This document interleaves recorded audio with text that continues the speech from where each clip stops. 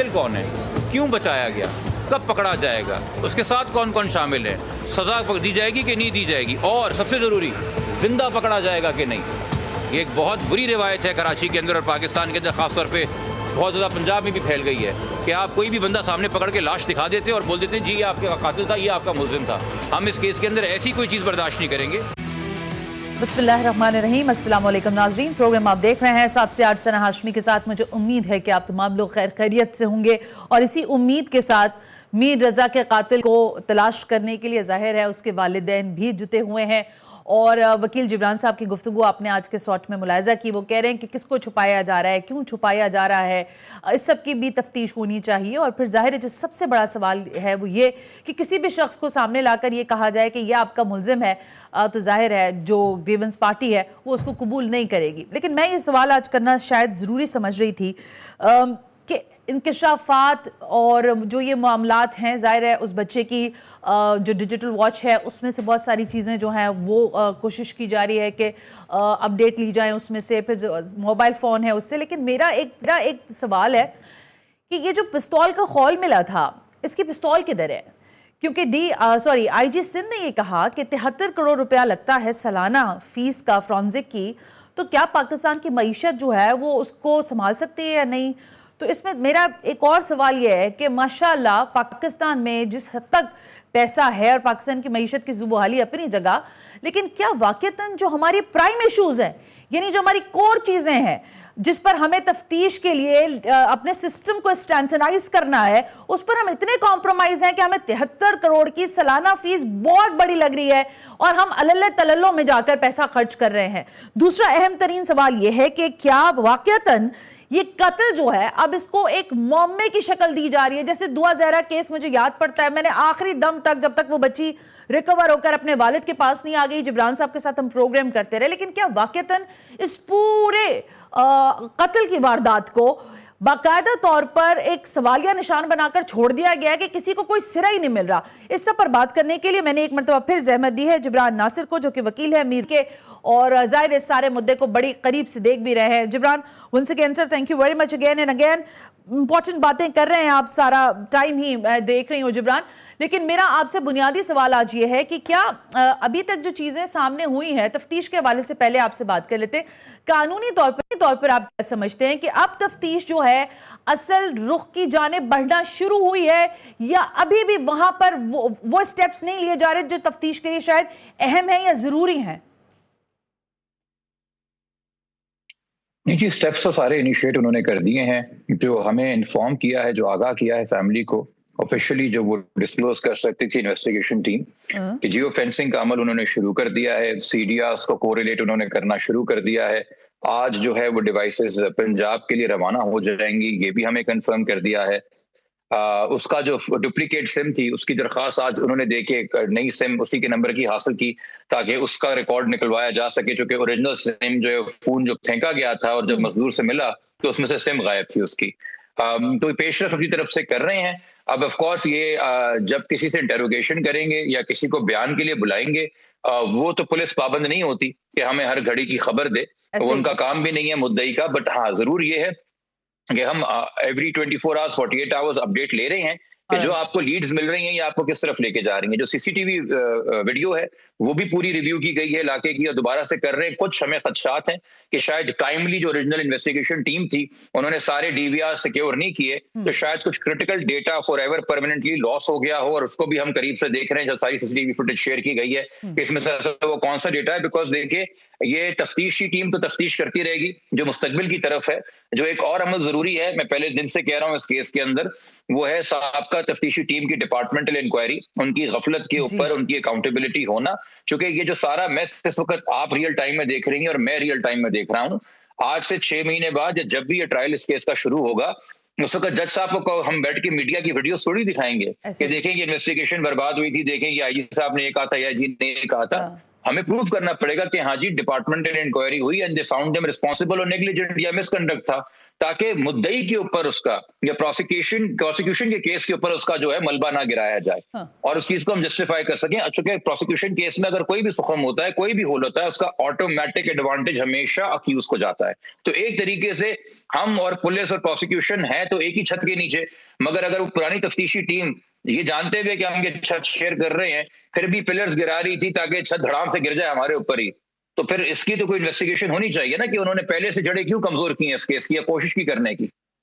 तो जिब्रान, ये सवाल जो आप उठा रहे हैं, ज़ाहिर है ये बहुत ही बुनियादी और अहम बात है।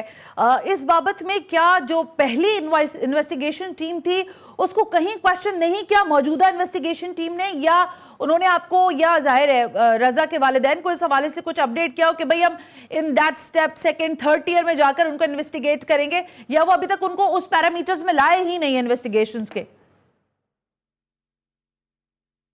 देखिए, पहले तो इनकी होगी डिपार्टमेंटल इंक्वायरी ये कंफर्म करने के लिए कि जो इन्होंने काम किया है वो मिसकंडक्ट के जुमरे में आता है, नेग्लिजेंस के जुमरे में आता है, या जानबूझ के बदयांती थी।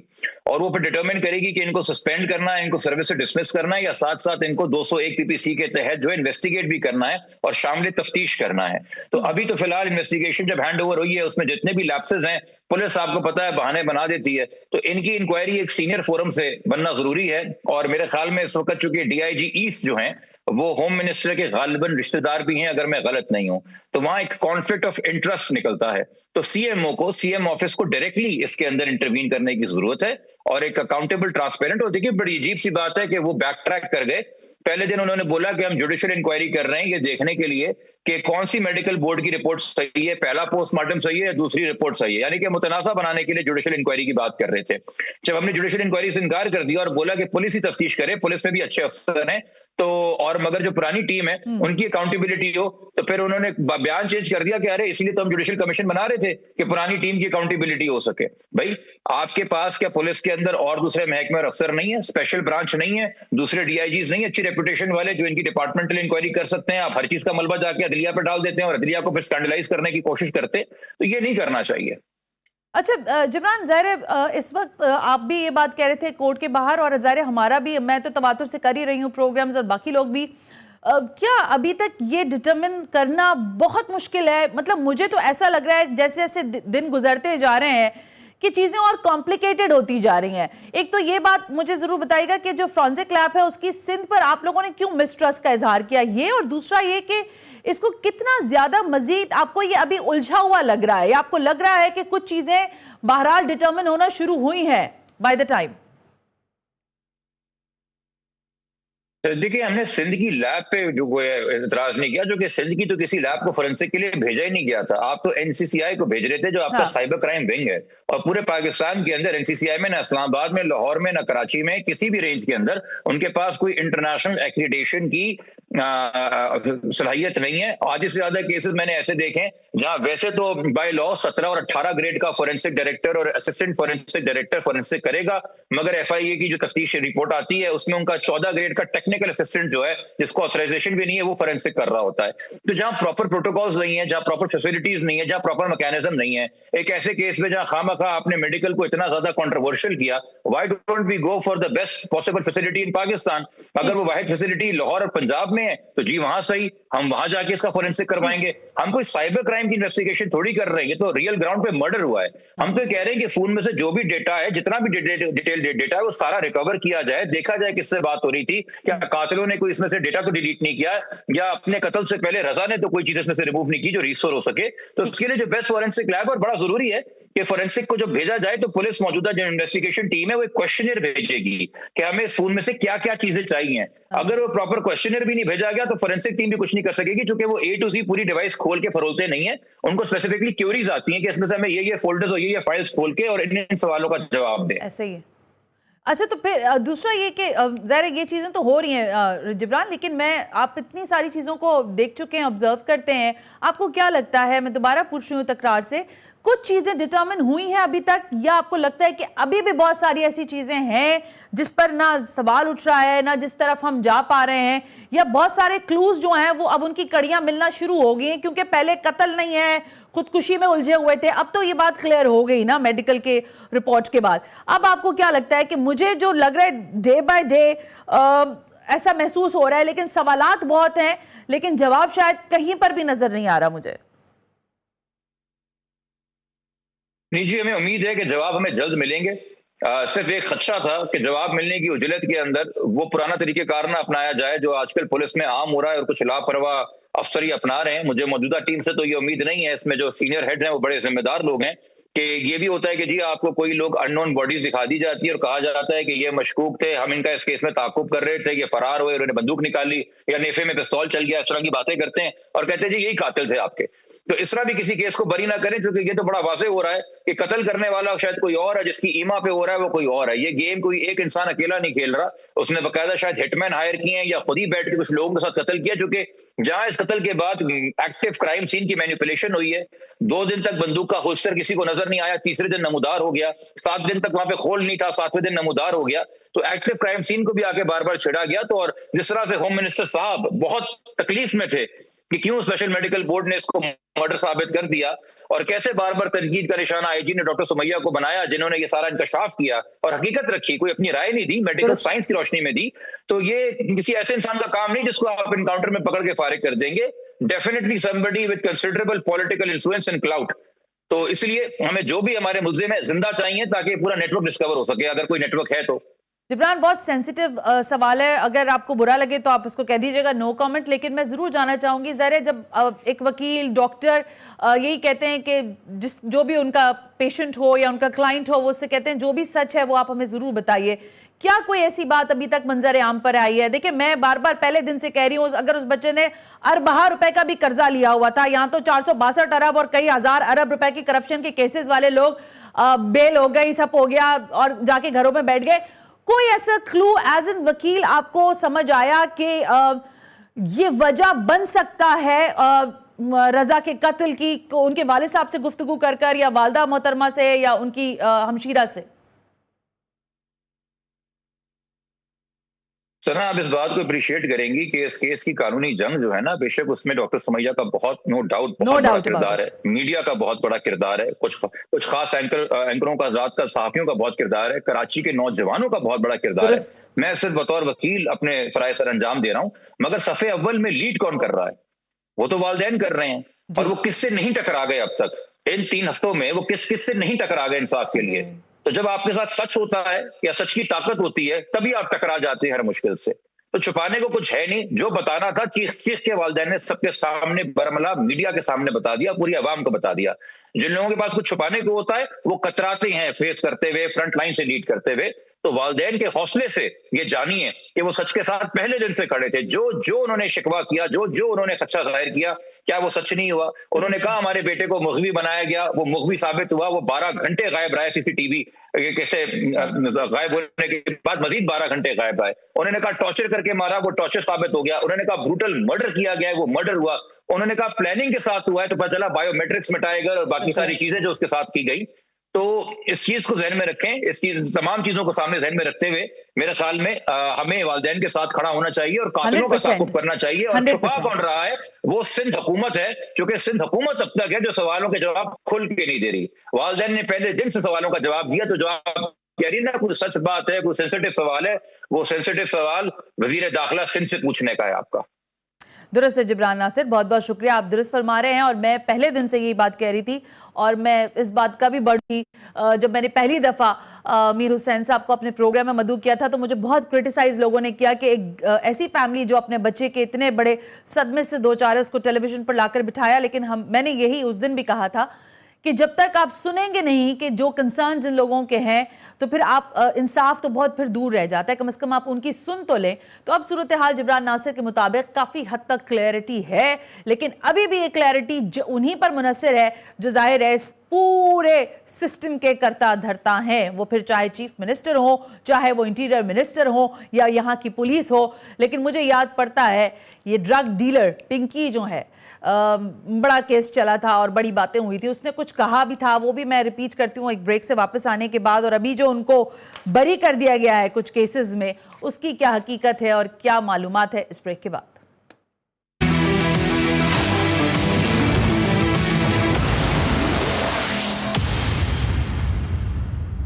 वेलकम बैक नाज़रीन, हम ब्रेक पर थे और मैंने आपसे कहा कि एक और हाई प्रोफाइल केस बना, बड़ी उसकी जिसे कहते हैं चर्चा रही पिंकी के नाम से। और अनमोल पिंकी के ऊपर ज़ाहिर है जब सोशल मीडिया के थ्रू और फिर मेन स्ट्रीम मीडिया पर ये खबरें चली कि ये बहुत बड़ी ड्रग डीलर है, और जब ये ज़ाहिर पहुंच रही थी अदालत से पहले जब इसको लेके जाया जा रहा था गिरफ्तार करने के बाद, तो ये कैसे पहुंची थी? उस वक्त एक पुलिस मेरा ख्याल है ऑफिसर थे, वो उनके साथ थे, काफ़ी बुजुर्ग थे। उनको उस गिरफ्तारी के बाद इस खातून को ले जाने पर और इस तरह ले जाने पर मुअत्तल कर दिया गया। ज़रा सी वो फुटेज दिखाएं, मैं क्या बताना चाहती हूँ और क्या कहना चाह रही हूँ, वो ज़रा चलाइएगा, जिसमें वो लेके जा रहे हैं अनमोल उर्फ पिंकी साहिबा को।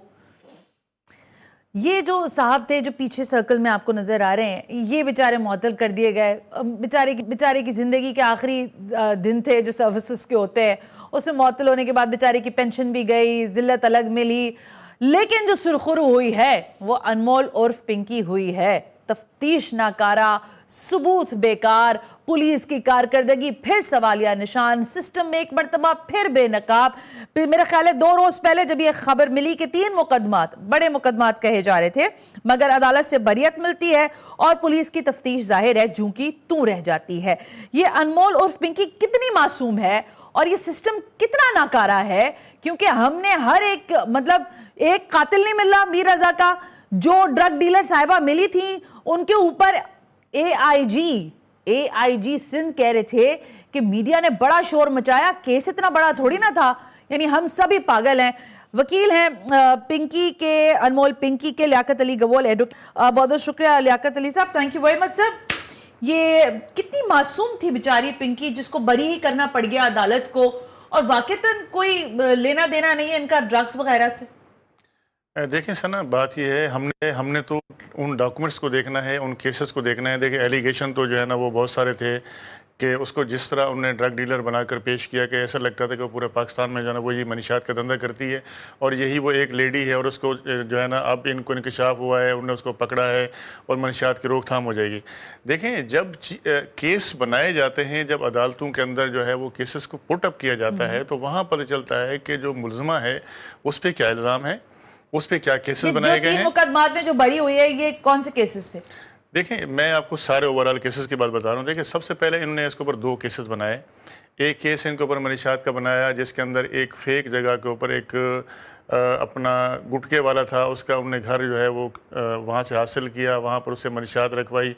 मनीषात रखवाने के बाद जो है ना उसको कहा कि जी हम आएंगे, दरवाज़ा खोलेंगे, दरवाज़ा खोलने के बाद जो है आपने हमें वेलकम करना है। फिर उसके बाद जो है वो जहाँ से गिरफ्तारी डाली गई थी वो भी सारी फेक जगह थी, और वो पहले से उसका जो है ना वो मैनिपुलेटेड तो था और मनी था। आपके ख्याल में ये कैसे हुआ है? देखें, ये सारी चीज़ें जो है ना, ये तो आपको वही जवाब दे सकते हैं ना जिन्होंने ये सब किया है। और उसके बाद ये जब कैमा कमेटी के अंदर गया तो उन्होंने, वो तो पहले से कह रहे थे ना कि इसको पंजाब से लाया गया 10 दिन पहले जो ना, 10 दिन पहले ये पंजाब से आई थी, और किस तरीके से आई, किसके पास थी जो ना। उसके बाद जो है ये 2 केसेस सामने आए। उन केसेस के बाद जो है आपने देखा कि इनको बगैर हथकड़ी के लाया गया, वहाँ इनको जो है VIP ट्रीटमेंट दिया गया, जुडिशल कस्टडी किया गया। उसके बाद से एकदम जो है मीडिया हैप क्रिएट हुई, और हैप क्रिएट होने के बाद जो है आपने देखा कि एकदम जो है उसके ऊपर रिवीजन दाखिल हुई। रिवीजन के बाद उसकी मुसलसल जो पुराने केसेस थे उसके अंदर उसकी गिरफ्तारियाँ डलना शुरू हो गई। फिर एक सेंट्रल का केस बनाया गया, इसके अलावा दरख्शां थाने के केसेस, बोर्ड बैसन के केसेस, गिजरी के केसेस, डिफेंस के केसेस, जो जितने पुराने केसेस थे उसके अंदर उन सब की गिरफ्तारी डाल दी गई। और वो केसेस हैं जो ऑलरेडी चल के ख़त्म हो चुके हैं। अब उसके ऊपर एलिगेशन क्या है? एलिगेशन ये है कि जनाब जो है ना एक शख्स पकड़ा गया और उससे ये डिबिया मिली, उसके ऊपर अनमोल और पिंकी लिखा हुआ था। उसने कहा जी मैं इनके लिए काम करता हूँ जो ना। उसके बाद उसको 512 में मफरूर किया गया, उसका कोई ना वल्दियत नहीं है, खाली अनमोल और पिंकी लिखा हुआ है। अच्छा, ये वो केसेस हैं जो चल के जो लोग पकड़े गए उसके बाद वो सब इक्विट हो चुके हैं, उसमें गिरफ्तारियाँ डाली गई। उसके बाद एक FIR जो है 302 की, जिसके ऊपर जो है अभी आप कह रहे हैं कि वो बरी हुई है। अब वो FIR क्या है? वो FIR ये है कि एक शख्स जो की लाश पड़ी हुई है एक रोड के ऊपर, वहाँ से एक जो है एम्बुलेंस आती है, कोई कॉल करता है, वहाँ एम्बुलेंस आ जाती है, वहाँ पब्लिक आ जाती है। एक शख्स जेकब लैन का रिहायशी है, वो अपने आप को सोशल वर्कर कहता है, वो वहाँ लियारी जाता है। लियारी जाकर वो देखता है कि एक लाश पड़ी हुई है नामालूम, उसकी तलाशी ली जाती है, उसमें से एक डबिया मिलती है, और वहाँ पे जो है ना उस लाश को जो उन्हें अमानतन रखवाते हैं। अमानतन रखवाने के बाद जो है पुलिस 1 महीने बाद उसकी FIR दर्ज करती है। अब उसका नाम है, ना वल्दियत है, ना उसकी शनाख्त है। अब वो उस केस के अंदर अदालत में अभी तक जो कार्रवाई हुई है उसमें इस खातून के ऊपर कुछ साबित नहीं कर सके। देखिए मैं अभी तो केसेस चल रहे हैं, देखें जो केसेस इन्होंने आगे इक्विट हुए हैं उनके अंदर ऐसा कोई भी प्रूफ नहीं आया है कि अदालत ने इसको 265 के अंदर बरी कर दिया।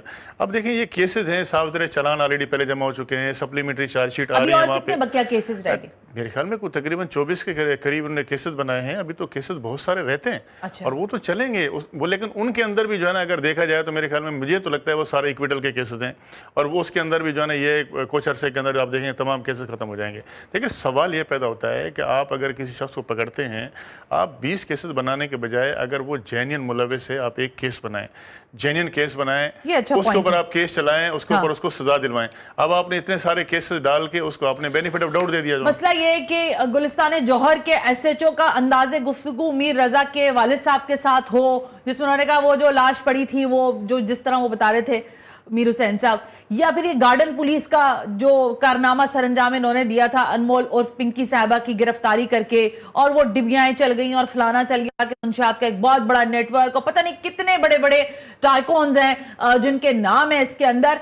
वो कहते हैं ना खोदा पहाड़ और निकला चूहा वाली कैफियत है। अनमोल और पिंकी मासूम साबित हो रही है अभी तक, मुझे तो ऐसा महसूस कर रहे हैं जो लियाकत साहब गुफ्तगू कर रहे हैं। तो क्या वाकईतन हमारे यहाँ पुलिस की तफ्तीश हारती है, अदालत में सबूत हारते हैं और मुजरमान जो हैं वो बाइज्जत बरी होकर निकलते हैं, और यही सिस्टम जो है आगे तक भी चलता है अगर, तो फिर हम सब कहां खड़े होंगे? जरा डिबेट करते हैं इस बात को इस ब्रेक के बाद।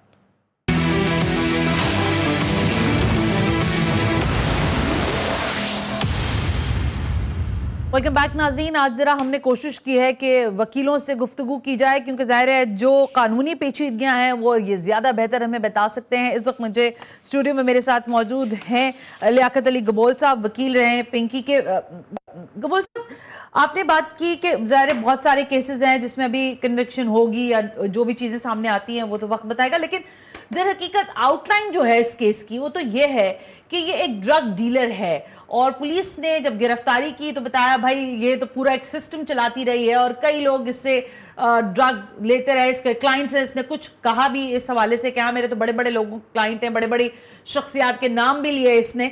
आपकी जो इससे बातचीत रही है एज एन वकील, क्या ये बताती रही है कि इसका नेटवर्क कितना बड़ा है, किस हद तक की ये ड्रग डीलर है? क्योंकि इन केसेस के बाद और आपसे गुफ्तगू के बाद मुझे ऐसा लग रहा है कि किसी हद तक एक सॉफ्ट कॉर्नर डेवलप हो रहा है इसका। देखिए मेरी जब भी मुलाकात हुई है, हमारी कोर्ट में मुलाकात हुई है, और मेरे चारों तरफ पुलिस होती थी। उसमें पुलिस के SSP साहबान, उसमें DSP साहबान, उसमें IOs, इंस्पेक्टर लेवल के जो है ना, क्योंकि आपने देखा भारी तादाद के अंदर जब रिमांड पेश होता था तो उस वक्त हम उसके साथ खड़े होते थे। जो बात करनी होती थी वो जज के सामने हम उससे बात करते थे और वो हमें कान में बताती थी कि ये देखिए ये जो एलिगेशन है ना, मेरा सवाल ये नहीं, मैं कहता हूँ हो सकता है एलिगेशन सच हूँ, मैं उससे डिनाई नहीं कर रहा जो ना, लेकिन बात यह है कि जो आपका किसी को केसेस में डालने का जो तरीकाकार है वो गलत है। जो केसेस आपने बनाए वो सही तरीके से नहीं बनाए। मैंने आपसे कहा ना कि आप 20-24 केस बनाने से पहले एक केस भी अगर जेन्युइन बन जाता है, उस एक केस के अंदर भी जो है ना अगर वो केस सच्चा हो, उसके गवाह जो है ना सारे मजबूत हों, उसके अंदर एविडेंस शवाहिद सब मजबूत हों, तो उस एक केस के अंदर भी जो है आप अगर मेहनत करें तो आप जो है ना उस मुलजिम को सजा से जो है ना कोई वकील नहीं छुड़ा सकता। जब लोग पोल होते हैं, जब केस के अंदर कमजोरियां होंगी तो उसके बाद जो डिफेंस काउंसिल होता है वो उन्हीं कमजोरियों का फायदा उठाता है, प्रोसिक्यूशन के केस को डैमेज करता है और वो जाके मुल्जिम। मैं तो सबसे पहली वाली हमेशा जो आपसे हमारी बात रही कि जहां पर FIR ही मसला कर गई हो, मतलब जो FIR के अंदर जो दफात लगनी चाहिए जब वही नहीं लगती तो फिर बात ही आगे सारी कार्रवाई खत्म हो जाती है। थोड़ी सी आपको बताऊं, देखें जितने भी केसेस बनाए गए, सवाए 2 केस के अलावा किसी जगह वो ऑन द स्पॉट नहीं पकड़ी गई, किसी जगह उससे रिकवरी नहीं है, कोई उसका जो है आई विटनेस नहीं है। जितने केसेस बनाए गए हैं, जो मुल्जिम पकड़ा गया या किसी मुल्जिम ने नाम डिस्क्लोज किया है उसका, या उससे डबिया मिली है उसके ऊपर नाम लिखा हुआ है जी अनमोल और पिंकी जो है। इसके अलावा मुझे बताएं आप इन केसेस के अंदर जो है क्या आप उसको कन्वर्ट कर सकते हैं? अच्छा, अच्छी बात आपने कही, लेकिन जब भी कोई वकील कोई केस लेता है, आपका कोई भी क्लाइंट आता है, तो ज़ाहिर है आप उसके पास्ट प्रेजेंट फ्यूचर सारे उसके जो ऑब्स्टिकल हैं आप ज़रूर देखते हैं। ये बताइएगा कि क्या आपको लग रहा है कि वाकईतन जो इल्जामात के हद तक जो चीज़ें हैं, जैसे आप कह रहे हैं हाँ ठीक है, लेकिन जब आप एक केस को स्टडी कर रहे हैं तो आपको क्या लग रहा है कि कितनी हाई प्रोफाइल ये खातून है एज एन ड्रग डीलर, या कितनी एक जैसे पाकिस्तान और कराची में बहुत सारे लोग हैं जो मंशियात फरोश हैं जिनके ऊपर शायद रोजाना भी हाथ पड़े तो कम है, लेकिन हाथ नहीं पड़ पाता। आपको क्या लगता है कि किस हद तक इनोसेंस है इसके? पहली बात तो ये है कि कोई भी क्राइम या जराइम जो है ना, मेरे ख्याल में पुलिस से छुप नहीं सकता है। पुलिस से छुप नहीं सकता है, चाहे वो क्राइम छोटा सा हो या बड़ा हो। इतना बड़ा एक नेटवर्क चलाना, क्या आपके ख्याल में कि वो जो है पुलिस से छुपा होगा? कहीं ना कहीं तो इंसान गलती करता है। लेकिन कोई भी जुर्म होता है वो पुलिस के, मैं समझता हूँ जो ना, उनके इल्म में होता है, उनके शेल्टर में होता है। कन्विक्शन से कह रही है कि मैं तो ये धंधा धड़ल्ले से चला रही हूँ, अपनी ऑडियो में ही कह रही है, तो इसका क्या मतलब है कि वो चला रही है? वो तो खुद एडमिट कर रही है। देखें, ये जो वीडियोस हैं, ये जो एडमिशन है, देखें इसकी कोई लीगल वैल्यू नहीं है। जब तक वो किसी जज के सामने कन्फेशन स्टेटमेंट नहीं देगी, जब तक वो इतराफ़ नहीं करेगी अपने जुर्म का, उस वक्त तक आप उसको जो है सज़ा नहीं दिलवा सकते।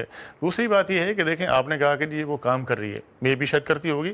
हम तो अगर देखते हैं तो केस बाई केस देखते हैं, हम केस को देखते हैं, हम FIR को देखते हैं, हम शवाहिद को देखते हैं कि इसके ऊपर जो केस बनाया गया है क्या वो सही है या क्या गलत है, क्या वो अपने जो है ना उस पर स्टैंड करता है कि नहीं करता है, प्रोसिक्यूशन इसको जो है आगे लेके उसको सज़ा करवा पाएगी या नहीं करवा पाएगी। देखिए, हर एक्यूज़ की, हर मुलजिम की एक डिफेंस प्ली होती है कि जनाब मैं इस केस में बेगुनाह हूँ, मेरा इस केस से कोई ताल्लुक नहीं है।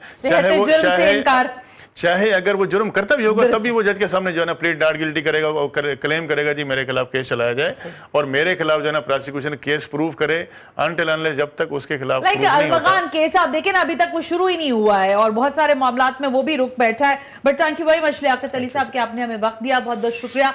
पुलिस चाहे तो गिरफ्तारियां भी हो सकती हैं, पुलिस चाहे तो कई रोज के बाद पिस्तौल के खौल भी मिल सकते हैं, पुलिस चाहे तो गार्डन की पुलिस ने घर से अनमोल और पिंकी को गिरफ्तार किया और फिर पूरा उसका कच्चा चट्टा खोल के रख दिया।